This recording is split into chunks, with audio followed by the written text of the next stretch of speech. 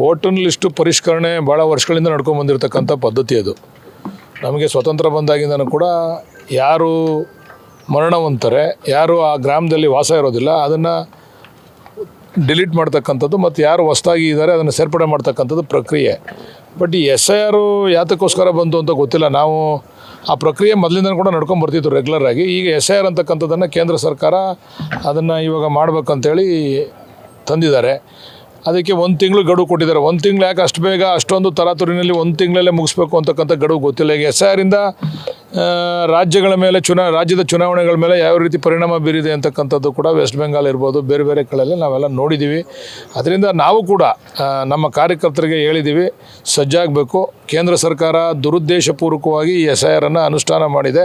ಅದನ್ನು ನಾವು ಸಂಪೂರ್ಣವಾಗಿ ನಮ್ಮ ಮತದಾರರನ್ನು ಅದರಲ್ಲಿ ನೋಂದಣಿ ಮಾಡ್ತಕ್ಕಂಥ ಪ್ರಕ್ರಿಯೆಗೆ ನಾವು ಚಾಲನೆ ಕೊಡಬೇಕು. ಅದನ್ನು ನಾವು ಕೊಡ್ತಾ ಇದ್ದೀವಿ.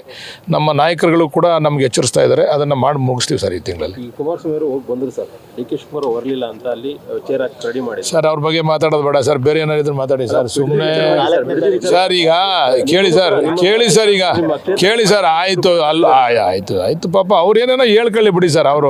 ಅವ್ರಿಗೆ ಮಾಡೋ ಸಂದರ್ಭದಲ್ಲಿ ಅವರೇ ಇದ್ದಲ್ಲ ಸರ್ ಅಧಿಕಾರದಲ್ಲಿ, ಅವ್ರಿಗೆ ಪೆನ್ನು ಪೇಪರ್ ಇತ್ತಲ್ಲ ಸರ್, ಅವಾಗ ಮಾಡ್ಬೋದಾಗಿತ್ತು. ಆವಾಗ ಮಾಡಿದೆ. DK ಶಿವಕುಮಾರ್ ಅವ್ರ ಮೇಲೆ ಗೂಬೆ ಕುಂಡಿಸ್ಬೇಕು ಅಂತಕ್ಕಂಥ ವಿಚಾರವಾಗಿ DK ಶಿವಕುಮಾರ್ ಅವರು ಮುಖ್ಯಮಂತ್ರಿ ಆದಮೇಲೆ ಭಾಳ ಆ್ಯಕ್ಟಿವ್ ಆಗಿಬಿಟ್ಟವ್ರೆ. ಅದರಿಂದ ಅದಕ್ಕೆ ರಿಯಾಕ್ಟ್ ಆಮೇಲೆ ಮಾಡ್ತೀನಿ ಬಿಡಿ ಸರ್.